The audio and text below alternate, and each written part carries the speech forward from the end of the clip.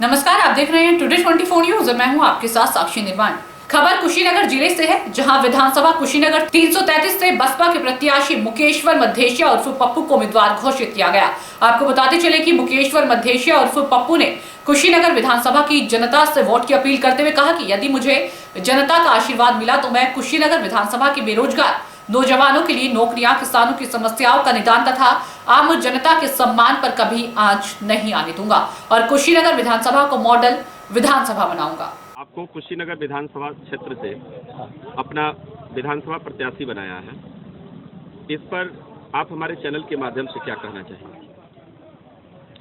सबसे पहले आपके चैनल को धन्यवाद है और बहुजन समाज पार्टी ने हमें प्रत्याशी बनाया है। इस देश में भारतीय जनता पार्टी को बनिया समाज ने पैदा किया था, लेकिन जिस बनिया समाज से मेरा ताल्लुकात है, उस समाज में मैं जब पैदा हुआ तो मैंने यह देखा कि यह समाज वोट और नोट दे करके भारतीय जनता पार्टी को पैदा किया, लेकिन मेरे समाज को कभी टिकट देने का काम भारतीय जनता पार्टी ने नहीं किया और मेरे समाज की पहचान और सम्मान देने का काम अगर किसी ने किया तो वह बहुजन समाज पार्टी और बहन कुमारी मायावती ने किया। जिस तरह से मानवर कांसीराम साहब कहते थे, जिस समाज का शासक नहीं होगा उस समाज का कभी विकास नहीं होगा।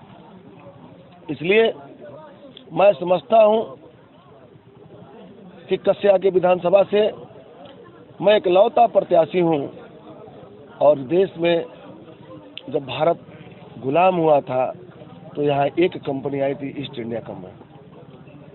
मैं कहना चाहता हूं कि यहाँ लगभग 4 लाख की जनता मतदाता जो है 333 में तमाम माँ ने बेटा पैदा किया है, लेकिन 4 लाख के बीच में इस विधानसभा से ना कोई उम्मीदवार सपा का आया इस विधानसभा का और ना भाजपा का आया। यानी इस विधानसभा 333 के लोगों को इन दलों ने गुलाम बनाने की चेष्टा रखी है।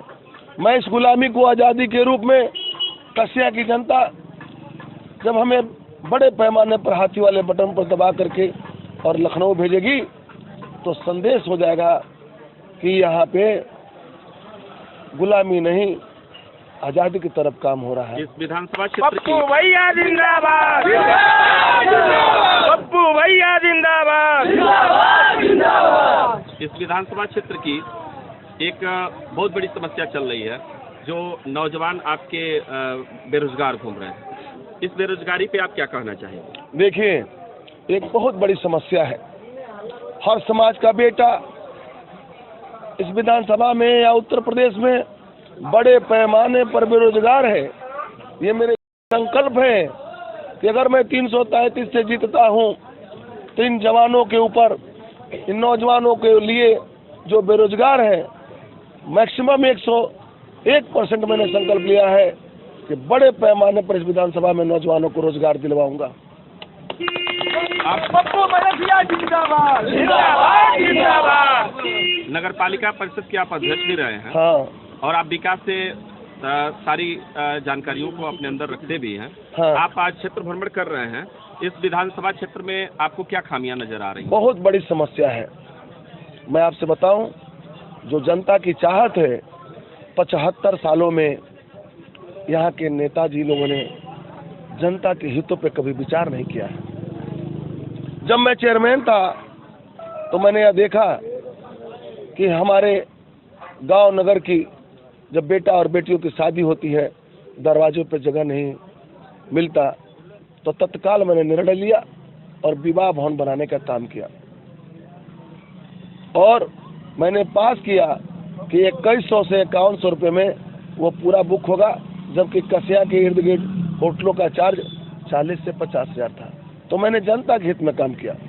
इंसेफेलाइटिस की बड़ी शिकायत थी, मैंने भारत सरकार से 2 पानी टंकी पास कराया, उसको कस्या में स्थापित कराया कि हमारे नगर पालिका के लोग स्वच्छ पानी पिएंगे और इन बीमारियों से वंचित रहेंगे। मैं समझता हूँ कि जो उत्तर प्रदेश के 333 जो पिछड़ा जनपद है और पिछड़ा यह विधानसभा है, अगर इस विधानसभा की जनता मौका देती है, मैं लखनऊ पहुंचता हूं तो मॉडलाइज विकास इसका करूंगा।